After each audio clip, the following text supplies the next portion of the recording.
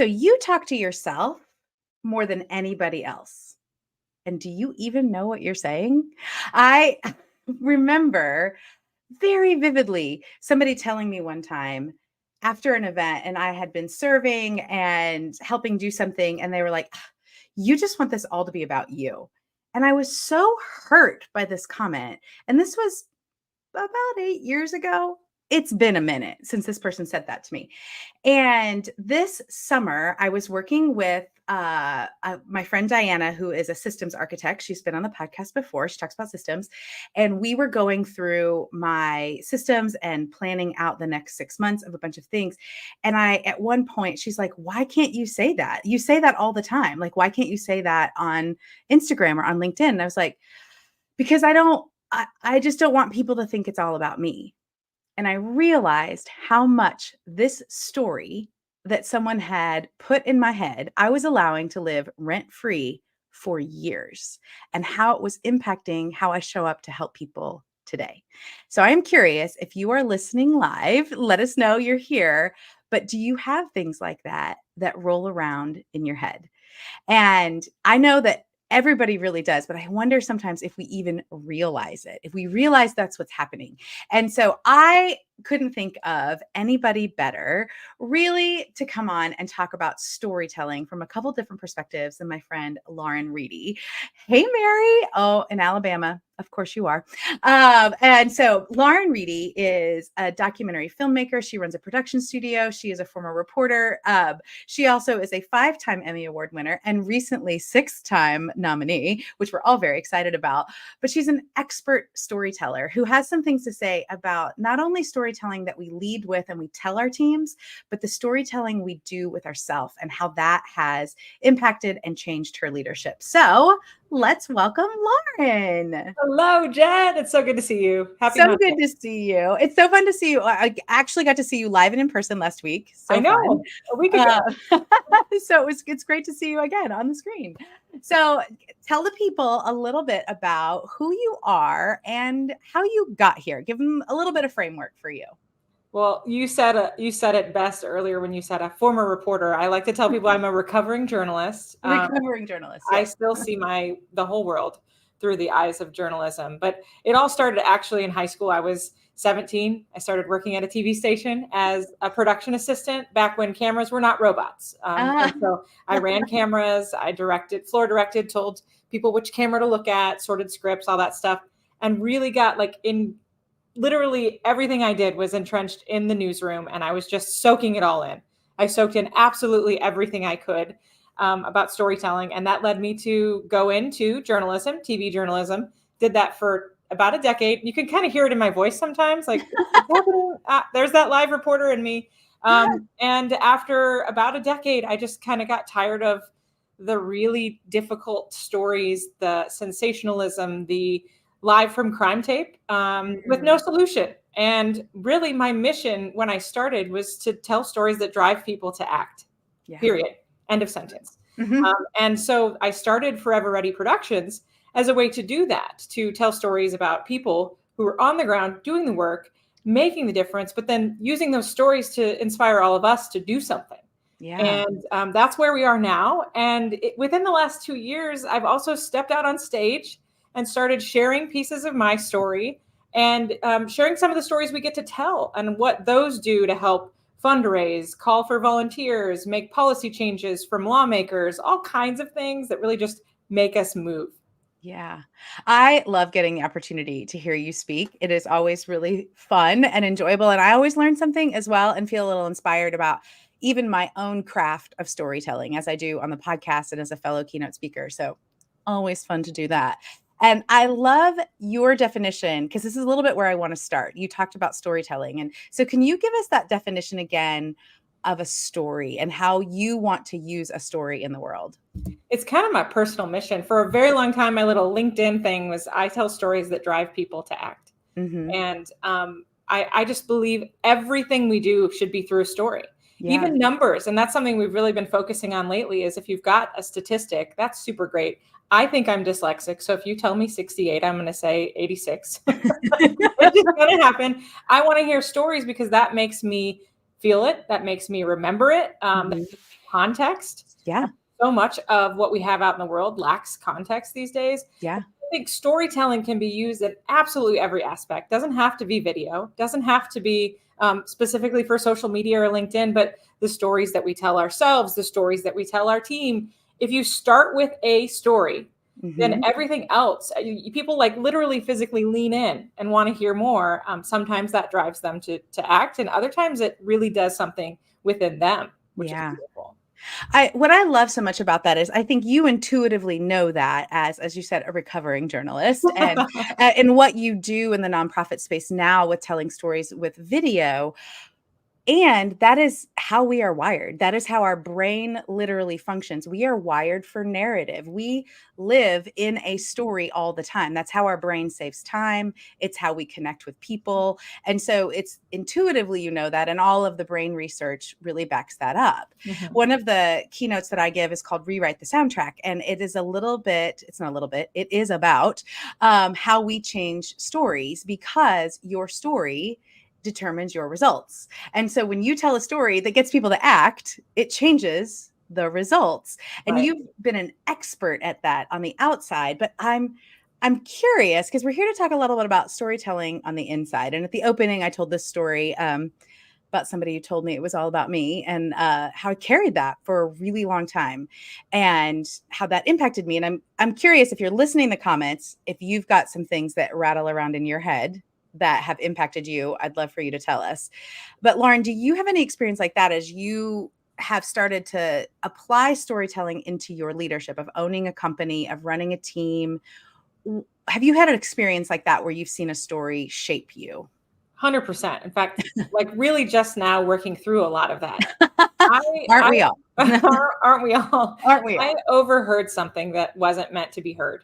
Mm. And that actually made me think about all the times that I had said something that wasn't meant to be heard, and if I had Mm. hurt someone because they heard it. But I overheard something that wasn't meant to be heard, Yeah. and it really impacted me. It really got to the core of my core values and my personal beliefs, Yeah. and the beliefs that drive what I do. And it lived rent free, as you said in the post, in my head for months, maybe years. I mean, I think it was a minute, as they say in the South, and it made me question everything. It made me question my own belief system. It made me question my Mm. values. It made me question whether or not what I was doing was making an impact, was worth continuing, and mattered, for a lack of a better word. And it just rolled around in my head for quite a long time. Yeah. And there was this one transformative moment where I actually said it out loud to someone else. And it moved me to tears because I realized, wow, I've been holding inside this thing Mm. that I overheard that wasn't meant to be heard, shouldn't have been heard, isn't true. And kind of from then on, I said, I'm leaving this here. Like I've said it in this space and I'm leaving it. But it still creeps in. Like Yeah. it still creeps in. And so I actually find that when that story, because it is a story, creeps Mhm. in, I think of all the things that counter that. Yeah. Of all the things that I've done and the work that I've done and the understanding of my own self, like in self discovery and self awareness, how that story is not true. And that actually, that story, two things, made me think, made me revisit my own beliefs, but also Mhm. was deeply rooted in that person's belief Oh. or that Mm. person's Yes. self exploration. There was something about what I did or said that got that person fired up. And the easy thing to do is to say, well, that's them, not me. Yeah. And so now that I spend a lot of time there, I actually have a lot of compassion for that person because Yeah. they were coming from a place that was obviously hurt and Mm. deeply rooted in them trying to discover themselves. And I think that's where the stories we tell ourselves hold us back. Yeah. I felt super held back for a while. Yeah. And it just every time I came up on making a big decision or doing something that really mattered for me or the company, I questioned it. Mm. And now I've just gotten past that because I just feel the compassion for myself and the Mhm. mistakes that I probably made for that person to say those things because we all Yeah. do that. And Yeah. then also for them and where they are and what they needed at the time. Oh, there's so many pieces of this, to use that great phrase, unpack, that I kind of want to like piece through and pull through a little bit. Before I get in there, I'm super curious if you're listening, or even if you're listening and you're like, wait, I'm listening to the podcast, I can't comment. What are you talking about? Do you have something like this? As Lauren's talking, or as I told my story, do you have a story that you're like, oh, this keeps coming back? Whether or not somebody told it to your face, you overheard something you weren't meant to hear, or you don't even remember who said that to you first. Mhm. Do you have something that keeps coming back? So I'm really curious. So let us know in the comments. But so one of the things you said that I think is so important for us is actually the pain that it caused you when you didn't recognize what this story was doing, when you were holding it on the inside. And you said some things that are like, it impacted how I questioned what I was doing when you were making decisions. What are some of the other things that cost you really as a leader and in your business?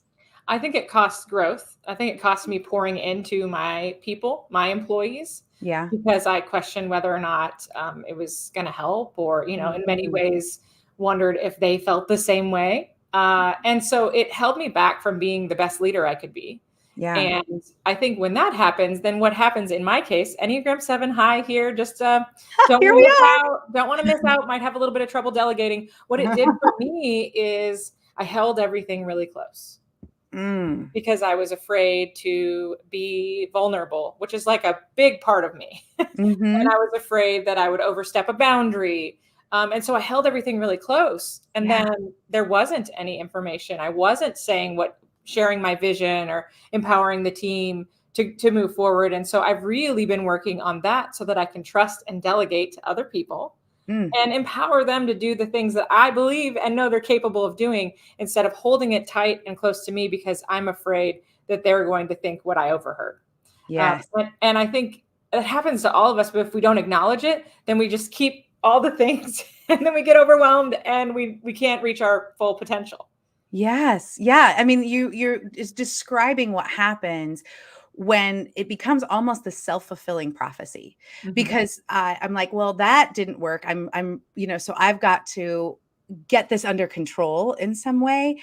And it turns out the results are exactly what we didn't want. You didn't want to hold on to everything. You wanted to empower your team and you couldn't because of this story that was really holding you back. I am hosting a retreat in February for women leaders called the Joyosity Retreat. And part of the section we're doing is really digging into these leadership stories.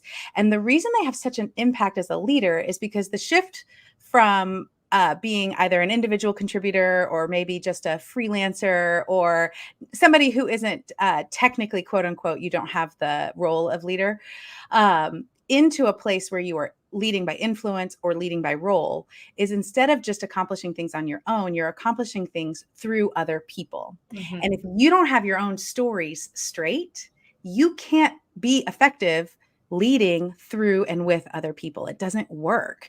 And that's what your experience was. And I love that you brought up. So the Enneagram, if you are new to this world, is a personality framework. And as Enneagram sevens, we don't like to experience pain. And so No. if I can experience less pain by not sharing this story and doing it all myself, that control piece comes into play. And like you said, it limited your growth Well, and the and irony developing is your that it team. made it worse. Right? It wasn't actually easier to hold it all No. in and to step back and be less. Yeah. And I think that's the key, is when you recognize what it's doing to hurt you. Hmm. I mean, as somebody who's a relatively high achiever, when I recognize that it was preventing me from achieving and Yeah. exceeding. And then when I think about the growth of my company, we're in this stage of really ramping up, and it doesn't do anyone any service to believe what I overheard as true and then Hmm. behave that way so that they can't come along board and be a part of that growth. And so and I'm still actively working on this, this is still Oh, hot and fresh. yeah. But once I recognize that, even just the recognition of it, calling it something, right, helps Yes. me move forward and say, okay, you tell stories about other people all the time and they Mhm. empower other people all the time. What's the new story you're going to tell about yourself so that Yes. you can move forward and grow and become a better leader? Yes, absolutely. And that's really the key. Sometimes we get I always talk about where you fall into the ditch of shame which is you're too ruthlessly self-honest. You're like ruthlessly self-honest, because I would like to talk about being ruthlessly self-honest needs to pair with generous, radical self-compassion. Yeah. And when you fall into that ruthlessly self-honest and you don't have any self-compassion with it, you fall into this shame cycle. And you're like, I should just change this without any actual thing to latch onto that is new. Because Yep. when you take out the old story, there's a vacuum there and your brain doesn't feel safe. And so your brain is actively trying to find a story. We have a negativity bias, like, well, that one felt safe. At least I knew what it was. Yeah. And I try to, and so you hold on to that, rather than the key piece is you have to replace it with something new. And that can't just be like an affirmation that I'm going to just be better. That your body will reject that and your brain will reject it. And so I loved what you said really early on, is like reminding yourself of what you truly believed. Yeah. And how you wanted to function in the world. And somebody saying in the comments that, if we don't deal with some of these past things, your emotions are all out of whack. And you don't exactly know why. And so it comes out in these really strange ways. And telling yourself the new story. And I love also that you're sharing that it's a work in progress. Oh, totally. Like this story comes up for me too. I mean, this really was like 8 years ago. Yeah. And I have been aware of this story and didn't think it was true. But even like this past August, 4 months ago was August. I can't do calendar math right now. And how it was truly holding me back as well from serving people well. And the truth is, I do a job where I stand on stage by myself. That doesn't mean the show is all about me. But if I can't be comfortable in me, the people in the audience aren't comfortable, and then they won't take away the messages I want them to learn. And so I had to like rework that story of me, my most comfortable and my most myself invites other people into that vulnerable space where we can all learn and grow. And that's that replacement story for me. And I love that you do that. I think something that would be good for listeners or viewers is to like write down what you do believe. Absolutely. It's the same as doing that core values exercise. What are your core values? Yep. They're different. I think beliefs and core values should like complement, but what do you believe about what you're doing, about who you are, about the world that you live in? Yeah. And are those things that you overheard or the stories you're telling yourself, do they align with what you believe? Because usually if you're not in a good place, it's because the stories don't align with your beliefs. Exactly.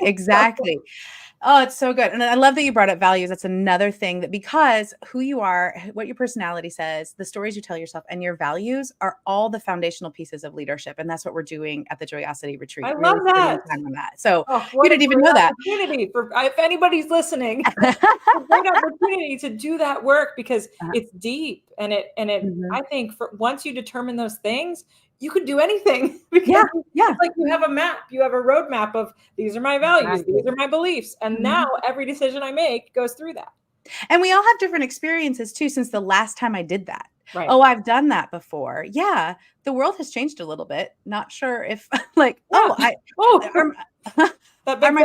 the same?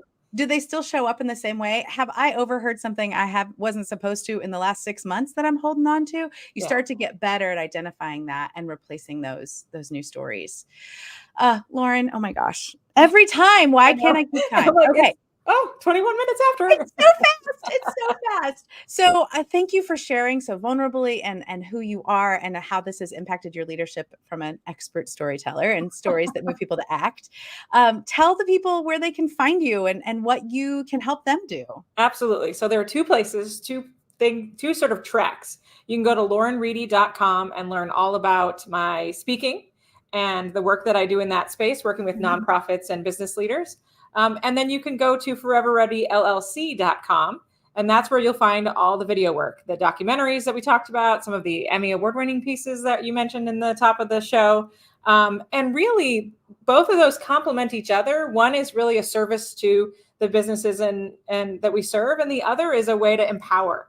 And they kind of funnel into each other. And I just will say this because I got to manifest it into the world. I will be releasing a course in 2024 that will help people take statistics and turn them into stories. It's called From Stat to Story. And we're going to release that so that folks have a way to do something without having to invest in a whole video crew, thinking differently. So that's coming too. Such a great service. As a former educator who talked about numbers all the time, that they can mean nothing without context. The story is so important. I love it. I love it so much. Oh, Lauren, thank you so much for your time being here today. Thank you all who were here live, listening and commenting in the comments. Next week, we will be live with Ronnie Rock. She is an author. She is also an expert storyteller and working around the world. And we're going to talk about how values impact your leadership and can actually change the world one person at a time, which is Ronnie's expertise. So we are live every week at 1 p.m. Eastern. So please join us back here next week for our last episode of the calendar year. And hope you have a great rest of your day. Thanks again, Lauren. Bye, Jen. Bye, everybody. So let me put my coach hat on for just a sec. Don't just leave this here. Take a moment. What did you learn? What's your next tiny action step? Share this episode with someone and tell them. Connect with us to keep this conversation going. As always, I'm Jen Whitmer. Thank you for listening to Joyosity. I don't take for granted that your earballs have a lot of information coming at you. Please take a moment to rate and subscribe. It really helps more people join us in creating positive culture with complex people. So work is a joy, people are whole, and organizations flourish. Can't wait for you to join us next week.